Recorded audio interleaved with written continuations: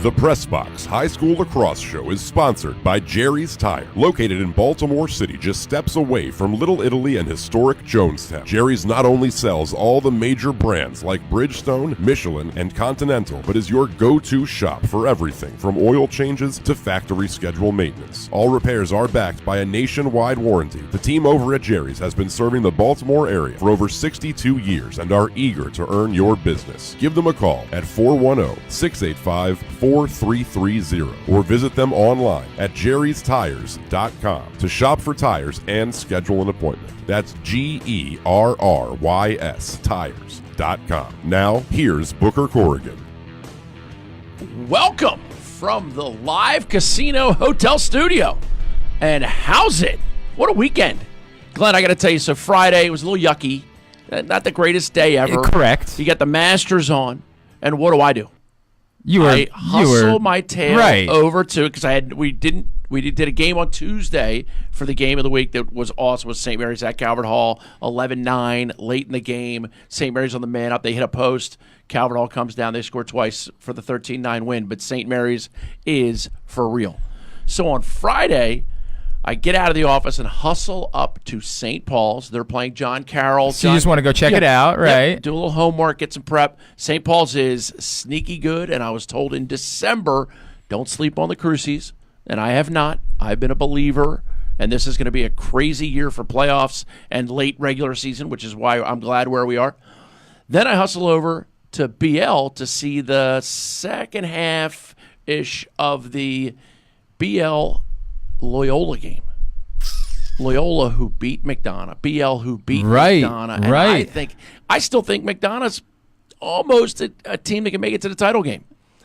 It's a crazy year, but BL behind 7 goals by freshman sensation. Wow. Dominic Petramala. Wow. Oh, I've heard that name before. Yeah. I've heard that name before. They put Dominic Petramala, you say? Yes. I wonder where he's going to end up. I wonder where he's going to end up playing collegiately. I just wonder where he might end up poking in collegiately. It's funny, a lot of great players have gone on to play for their father. Right. The Danowskis, obviously. One of those. Kevin and Will Corrigan were on the same team. Tierney. Do you know those guys? Do you know Kevin and Will Corrigan at all? Kevin and Will Corrigan. We might get Kev Culligan next week on the show. Oh, I'd love that. Why wouldn't you? Yeah, right? Gotta love Kev. And then you have some who send him other places to play. So it'll be interesting to see the father-son. But I think if he's scoring 7 goals as a freshman, I don't know that Dave wouldn't just say, dude, you're coming now. I don't know.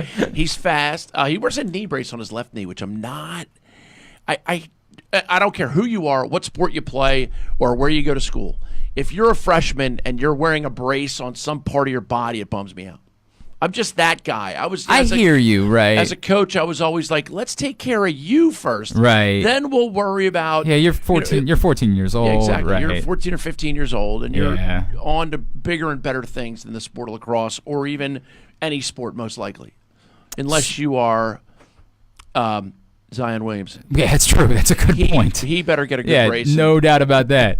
All right, so you get a night where you can just sort of go be an observer, where you're not working necessarily, where you can just go take it in. Your biggest observations from going to those 2 games? St. Paul's moves the ball very well. Now, there's a caveat. John Carroll's not quite up to some of the standards set by other MIAA schools as far as ability level of play, and obviously you look at their scores and you can see that. And I think if Brian King were sitting in this, Brian King's the head coach at John Carroll, good friend, and he would say the same thing. I mean, they're working towards something, and they had to get out of the B because they were winning the B all the time, so they decided to move up to the A. My hat's off to them. Now you have to find a way to progress into the winning of games and making of playoffs, and they'll find their way. It'll be tough, but they have to tap into the talent up there because there is talent, and make it, come together and find a way to win. And they've always shown over the years they're not unwilling to go look other places to find talent, too. It's not like they're just finding Harford County talent. They're willing to scour and go find some Canadian talent and go find some talent from other places. Their hoops team certainly has found a way to... Their hoops team has found some talent from all over the place, including, of course, Emmanuel Quickly, who's coming back for another year at Kentucky this next season.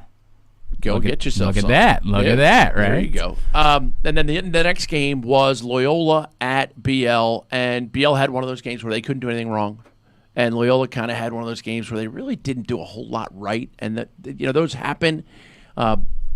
It evolves. Games take on their own identity. Sure. And BL was imposing their will all over the field on Loyola. Got off to a big lead. I obviously missed the first quarter because I was watching the St. Paul's game. But BL found a way to ride it. All the momentum of that early success, they rode it all the way through. And that's something that a team who started the year this year, losing to Culver, losing to Brunswick, losing to Calvert Hall, you need to use those as lessons to build, because none of those 3 games were playoff games.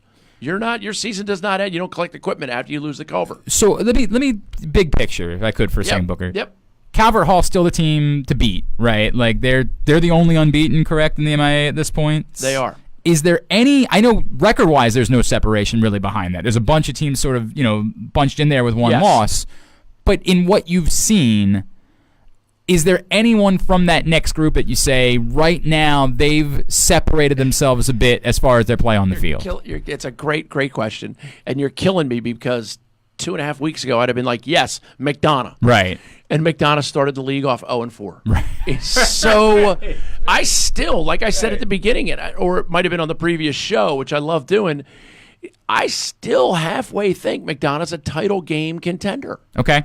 Obviously, Gilman, I saw them in the PNC Invitational. They played fabulous. They lost a 1-goal game to Bolus. Games take on their identity. That's fine.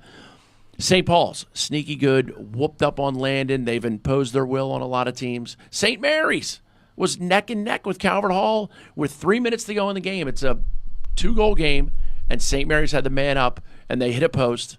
Next thing you know, Calvert Hall scores a couple quick ones. So it's a 13-9 final, but it was 11-9 with 3 minutes to go in the game. Right. And St. Mary's kind of getting some momentum. Then you have St. Mary's, obviously very, very good. It'll be interesting to see how that progresses along.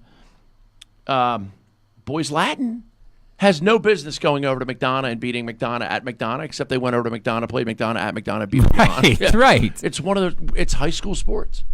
And McDonough might be a team that can play in the title game that might not make the playoffs if they don't make their own breaks. Now, they faced the Murderers Row early in the year. So now they have some other games coming up against guys, the Mount St. Joe's, the Severance. Severance not having a great year right now. Spalding is, nipping at their McDonough just beat them 7-4. It was a nip and tuck game for a little while. So it'll be the evolution. It smells like it smells like what you're saying, though, Book, is that it's long-winded, but I appreciate it because it covers it. But it smells like what you're saying is nobody has really separated themselves. Right now, it's Calvert Hall and then a bunch of other teams that are battling to establish themselves after that. 100% agree, and that's why we get so many views on the FCA Lacrosse game of the week, because people want to be able to see it. I think what you're saying, too, is there's no foregone conclusions. None. That right now, it really is literally anybody can win any of these games. The other real scare you have, and Calvert Hall certainly is the class of the league right now, but all these other teams that are playing each other are going to battle test one another to a point that someone's going to get a shot at Calvert Hall, and they might knock them off. So if I'm Calvert Hall, if I see any real glaring errors on my team, I want them to be exposed to the point where we might lose a game before the playoffs hit. Famous quote, I was coaching the 1999 McDonough team that went on to win a championship. Yep. And we were a phenomenal group. The league was very, very competitive in this season. We played Loyola in the rain at our place and lost in overtime. And a friend of mine had come down from Philadelphia to watch the game, and he comes up to me and he goes, it's halfway through the season. And he says, wow, you must be really pissed and bummed. I looked him dead in the eye and I said, this guarantees we will win the championship by at least 6 goals. Wow. Because we learned that you have to go all the way through the process of playing that game. You can't just be the best team and show up. Right. And every now and then it's high school kids. And how do you get a high school kid excited to play a game that he already knows he's going to win? That's one of the mysteries. That's a great, that's something I never thought about, right? How and it probably exists at most levels, right? Like if I know him. Sure, college kid. Or even pros. You look at the Philadelphia 76ers or look at the Right. Golden State Warriors Right. lost games. Yep, that's true. That's a great point. How do you get them excited to play a game they know they're going to win? And then all of a sudden it happens, and there's 10 seconds left in the game, and they're down 3, and they say, wait, we're better what just than these happened? guys. Right. We're way better. Right. Let's put some more time on the clock. Let's yeah, keep we're up. good. Yeah. If we just keep can playing, be- we're definitely going to – that's a great point. We can kill these guys. There's a little bit of a back and forth going on in the comments right now, Booker. Okay. Brad checked in. Obviously, a bummer of a loss for Loyola, but he just wanted to show some love for Loyola, right? Yeah. Like said, hey, how about those Dons, right? And then Dons are very good. And then Carroll followed up immediately to say, go CHC Cards. So now there's just a bit of a back and forth going on. You don't have to say go HC, and I appreciate the comments. I like that. But Calvert Hall is rolling heavy. Yeah, they're fine, right. And they've got some big, strong kids who are super nice kids. I've happened to get a chance to meet them all and do that stuff. Are they beatable? They have a wealth of Under Armour All-American. And you talk about the Under Armour All-American underclass thing. You look at that callback game that they have at the end of the night where they weed out the top 50 kids and they say, you guys are going to play for 25, 30 minutes and we're going to watch the best. You get in that Under Armour underclass callback game, and that is high-level talent. And Calvert Hall had 7, 8, 9 guys in that. They had 5 guys who made the team. Calvert Hall is beat. There's not they already lost one game to Hill Academy. Right. Early. They're beatable. Any team's beatable, but I don't know how hard the other teams are going to beat each other up for the chance to try and beat them. If they give the team that comes through healthy, anybody can beat them. There's 5 but they're teams clearly that are good they're enough clearly to the class of the MIA. without question. Yeah, right clearly the now, class. you couldn't get anybody to bet against them in the playoffs if they started right now. Vegas did lines. They'd be like, well, they're the favorite.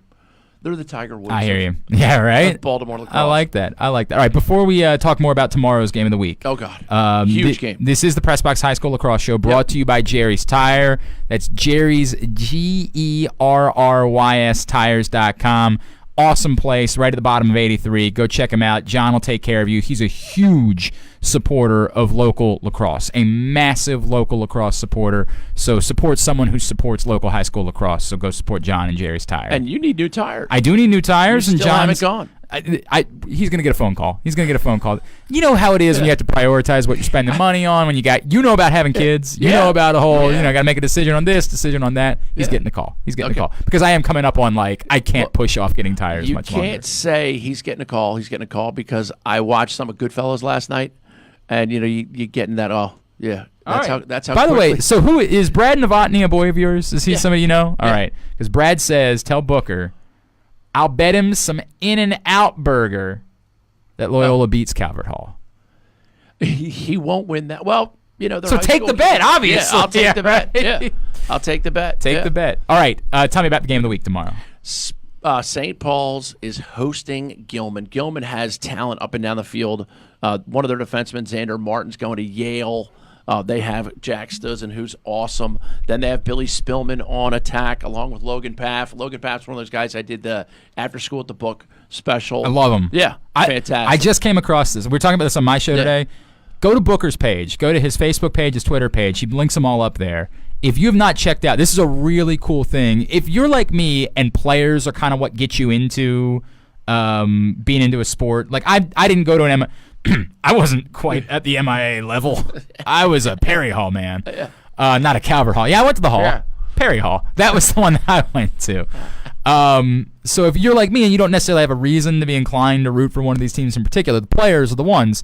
And Booker does these segments with players throughout the MIA that are really cool. They're really quick hitters. They're very easy watches. You don't have to invest much time in them.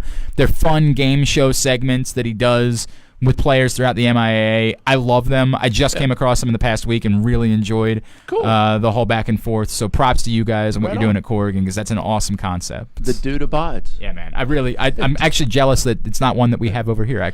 As soon as I saw it, I was like, damn it. He got us on that one. He got us on that one. And so you have the Gilman talent, and then you have St. Paul's. They brought in a couple transfers, but they still have some local guys. Mason Woodward is a defenseman for them who I think the world of. And then they got Milani down on attack, who is a star in the making. It'll be interesting to see how St. Paul's ball movement can manipulate or kind of twist that Gilman defense. Gilman's goalie, Noah Klein, is fabulous. So I think it's going to be like an 8-7 game, and I'll tell you who's going to win that. Yeah, the team that scores 8. Yeah! I've learned a thing or two. Hanging out with Booker.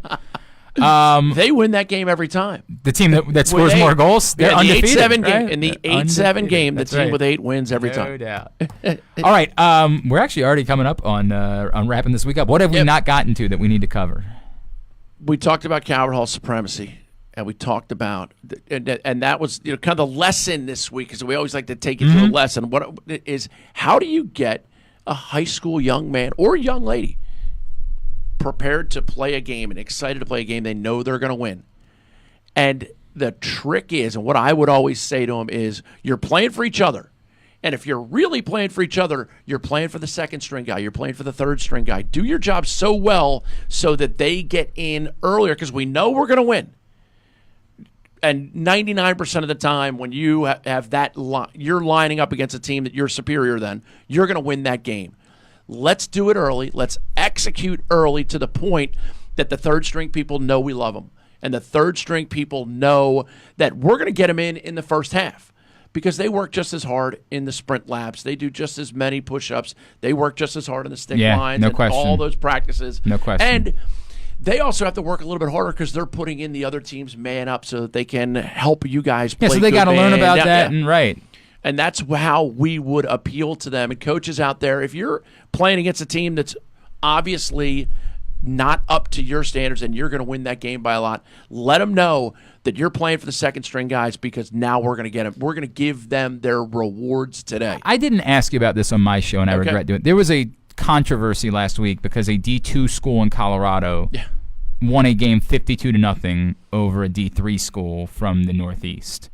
And I didn't know what to make of it, right? Like, I didn't know what to make of that, because I've seen a lot of lopsided games over the years and calling lacrosse, particularly at the D3 level. Stevenson's won a boatload of games by insane scores. None by 52-0 obviously goes even beyond, but like I've seen 33-4. I've seen really lopsided games in which you can't tell a team to stop trying, particularly because of what you're alluding to, which is... So let me just jump in. Here's what we would do, and this is my opinion of how I was raised to handle these scenarios, is you get to a certain point and you tell your guys, okay, now listen, if you haven't scored this season, you're allowed to shoot on goal, but if you have, you better not score.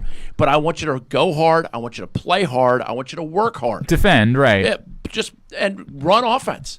Just shoot wide. Right. And I've had referees, like we played, I'm not going to mention the schools, but when I was coaching a collegiate down in Richmond, there's a vast level of the talent for different high school programs. And there were some that were just not at all. Anyway, and I've had referees come up to me and say, that's a really classy way to do it. Yeah.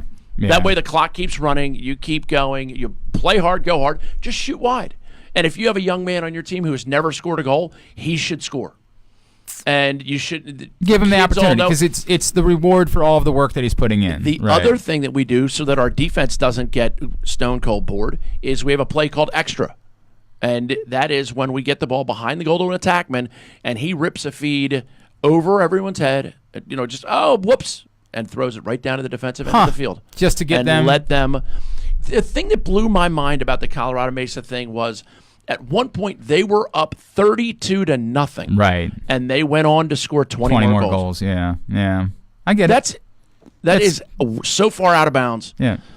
I can't understand what's going through your mind at 32-0. Right. Which I would never let our guys get to. We get to 19 or 23, and that's it. If you haven't scored by now, forget it. And go hard, play hard, just shoot wide. And we're running extra so that we can throw the ball down the defensive end.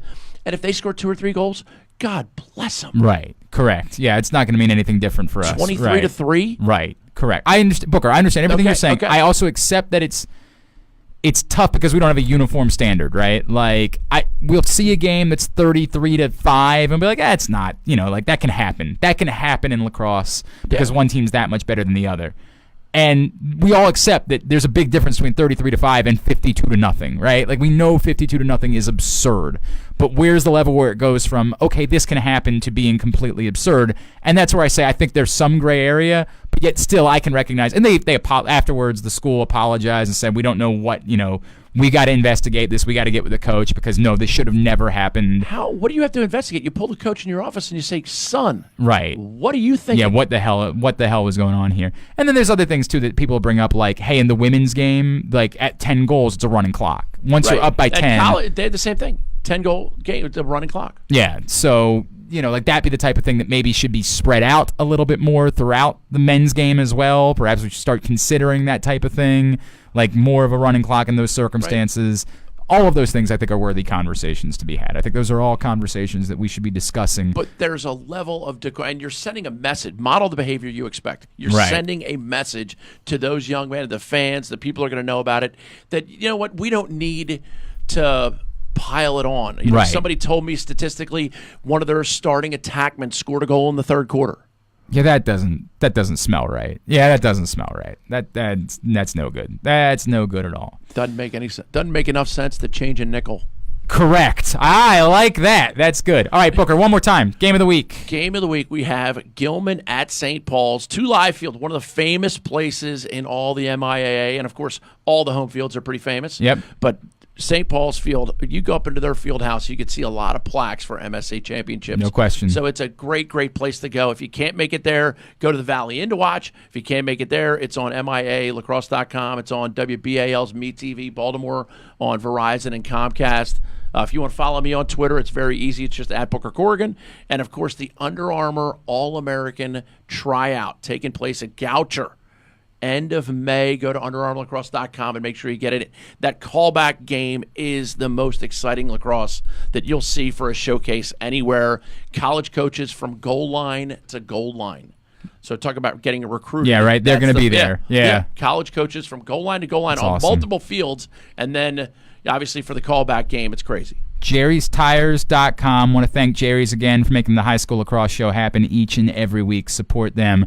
Give them your business. They want to earn it, right? They say, come down here. We're not assuming anything. Give us a shot. We want to earn your business to become the place where you go to get your tires taken care of, and we like that about Jerry's. GERRYS Tires.com. Booker Corrigan. Thank you so much, Jerry's Tire. And, of course, from the live casino hotel studio, I'm Booker Corrigan reminding you, you only get one shot at today.